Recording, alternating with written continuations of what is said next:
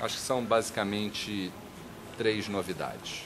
A primeira novidade é essa de expectativa de qualidade de vida de 0 a 10 em 2014. O segundo ponto da pesquisa interessante é o dado nacional, mostrar que nos últimos 21 meses, até maio de 2011, 13,3 milhões de pessoas foram agregados às classes ABC, ou seja, desde 2003, 48,7 milhões de pessoas, quase a população da Espanha, mais do que a população da Espanha, a população da África do Sul, foi agregada às classes ABC.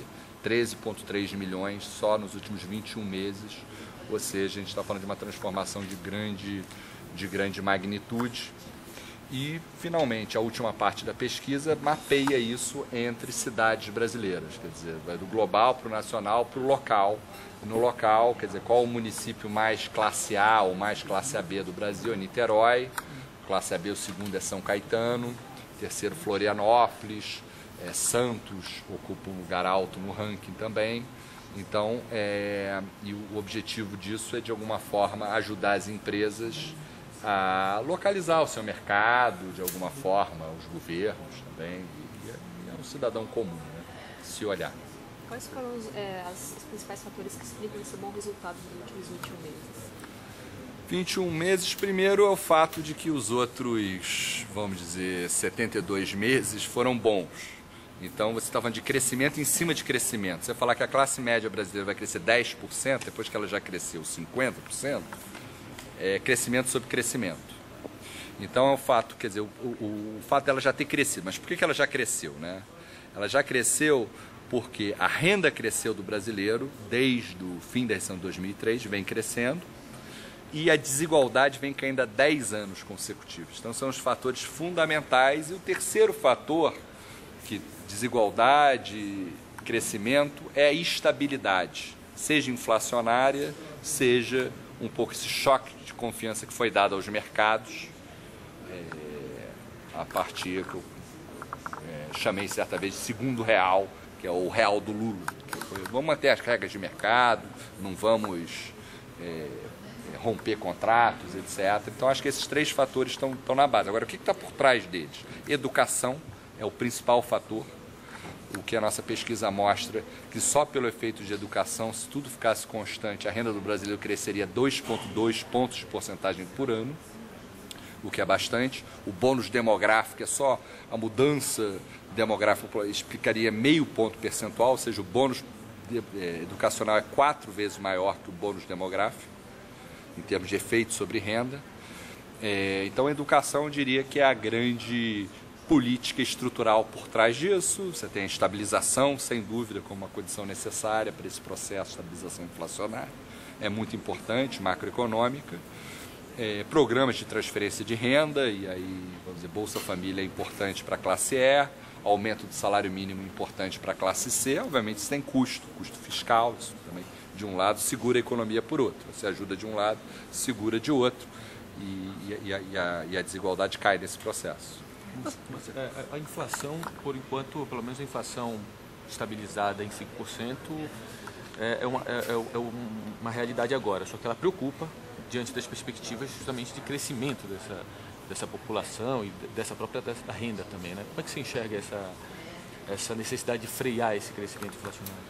Quer dizer, o que está havendo no Brasil é um problema, que é a inflação de salários. Mas eu, como trabalhador, acho que é um bom problema. Assim, quer dizer, acho que é um problema melhor do que uma crise de desemprego. Não deixa de ser um problema, tem que ser administrado, mas o que eu acho que é um pleno emprego é um problema, mas é muito melhor do que uma crise de desemprego. E o que os dados mostram, que o mercado de trabalho brasileiro não está dando nenhum sinal mais nítido de desaceleração. Ao invés de você comparar com o ápice do final do ano passado, você teve eleições, etc., aí talvez você tem alguma desaceleração, mas aquilo é uma situação excepcional, como todas as eleições acontecem no Brasil. Agora, o crescimento da renda do brasileiro hoje, real per capita, ou seja, descontando inflação, descontando crescimento populacional, é 6,1 nos últimos 12 meses. Isso aí é como se a economia está com 6,1 real per capita, é sensacional. E com redução de desigualdade. Então, acho que a situação do Brasil hoje, o trabalhador brasileiro está se mostrando super resiliente ele está trabalhando mais, porque se educou mais, está conseguindo emprego formal. E eu acho que ele é o grande herói dessa ascensão da nova classe média. Você partiu de uma base muito baixa. Né? Claro, a única vantagem de ter uma base baixa é que você pode melhorar muito em algum momento, mas também essa base baixa, ela se torna uma base alta que te ajuda depois. Quer dizer, porque o Brasil, a gente tinha muitos problemas, no entanto, a desigualdade alta, a desigualdade era quase uma constante da natureza. Até 2001, era altamente frustrante olhar para as séries estatísticas brasileiras, porque não mudava, era um eletrocardiograma de um morto, não mudava. A desigualdade no Brasil dá para comemorar? Eu acho até que dá. Essa redução aí, eu particularmente, tenho um certo orgulho da nossa geração de estar observando isso, a desigualdade cair e tal. Agora é muito alta, ainda é. Agora, Marcelo, hoje o nível de endividamento da população está batendo recorde, como foi até noticiado hoje. Essa questão assim, do crédito alto lá no passado e a gente agora necessitando frear um pouco do crédito, e essa questão do endividamento, quais são os perigos na tua avaliação? O que eu acho que é o problema do Brasil não é que o Brasil está tão endividado, mas é como a taxa de juros no Brasil é muito alta, então um dado grau de endividamento implica numa despesa financeira muito alta. Taxa de juros, assim. Porque a taxa de juros é muito alta. Então, acho que é aí que reside o problema. Até agora, eu acho que existe mais sustentabilidade no crescimento de renda, inclusive, quer dizer, o crescimento de renda do Brasil está sendo impulsionado por crédito ao consumidor e programa social? Não. Eles são parte. Mas o principal protagonista dessa mudança é a educação, é o emprego com carteira, que é o grande símbolo dessa nova classe média. Não é um carro novo, é ter uma carteira de trabalho que dá estabilidade. A minha interpretação, e você conversando com as pessoas, você vai em favela, etc., pergunta, o que você quer? Você quer o quê? Quer um carro? O que você quer? Não, quero ir para a faculdade, eu acho que eu não vou conseguir não, mas minha filha vai. Aí vai lá para o outro e pergunta lá, e você tem um computador? Eu não tenho não, mas a minha filha tem, ela está fazendo um curso técnico. Tem alguma coisa que o brasileiro está fazendo que é muito mais interessante, da base, do que é muito mais interessante do que eu achava. Está tendo menos filhos, cuidando melhor dos filhos dele. Então acho que tem alguma coisa estrutural ali. A gente já virou democracia. Pensa a China. A China, ele vai ter que virar democracia, porque se não virar, não é bom. Assim, você não aproveita a vida. É uma perda de qualidade de vida. Então acho que um pouco que eu não falei por essa comparação Brasil versus BRICS, o Brasil do ponto de vista econômico, talvez não diria que é o patinho feio dos BRICS, mas é um patinho médio. Tá certo? Agora, do ponto de vista da população, é o BRIC mais interessante. Todo mundo olha para o Brasil e fala, poxa, está dando certo, democracia, e está dando certo. O Brasil sempre foi um país que as pessoas gostavam, meio exótico, mas não era um país sério. Agora, quando começa a dar certo, fica muito interessante. É isso que eu tenho visto.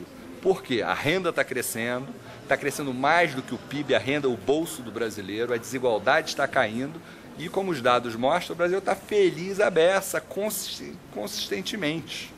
Então, isso é bom? Eu acho que é bom, eu gosto de estar feliz, mas não é uma qualidade, é um atributo do brasileiro. Eu acho que talvez a taxa de juros no Brasil, e um pouco a sua pergunta, tem que ser muito alta, porque o Brasil é muito otimista com relação ao futuro.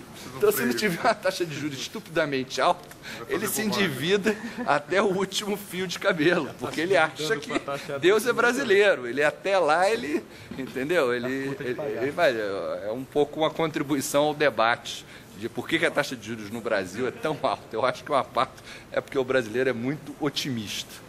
Você falou sobre as eleições, eu queria que você destacasse um pouco o que as eleições estão afetando e se dava para a gente fazer um panorama, assim, em que ano de eleições a gente não vai ter uma desigualdade menor, assim?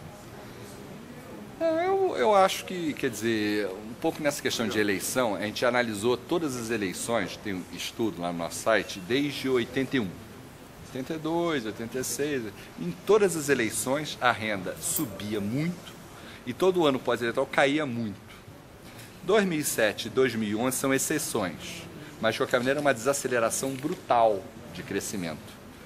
Em 2006 cresceu 10 a renda mediana, em 2006 10, 2007 2, 2010 cresceu a 8, sei lá, e 2011 vai crescer a 4, sei lá, estou dando desaceleração. Então, eleição no Brasil não é a questão desse governo, todos os governos fazem isso, fazem um chamado ciclo político. Para quê? Dão boas notícias em véspera de eleição e os ajustes vêm depois. Parte um pouco, talvez, desse lado otimista brasileiro, etc. Talvez seja ainda manipulável, etc. Mas também não dá para achar ruim. Quer dizer, quando a pobreza cai, você fala, poxa, mas o pobre, está usando o pobre de massa eleitoral. É verdade, mas, poxa, ele ganhou. Quando ele melhora, eu vou ver problema nisso, então acho que é um pouco, embora acho que eticamente há problemas, eu acho que é uma característica brasileira. Acho que o Brasil é um país que tem características muito peculiares, por isso teve a maior inflação, tem a maior taxa de juros, e talvez o otimismo do brasileiro. Outro problema do brasileiro é o seguinte: pergunta para o Brasil para dar uma nota para o país. A nota do país dele é muito baixa. Quer dizer, a vida dele vai muito bem, agora o país não. Como é que tem uma certa dissonância, né? Um paradoxo aí. E eu acho que os grandes problemas brasileiros são problemas coletivos. A inflação alta, desigualdade alta, informalidade, criminalidade.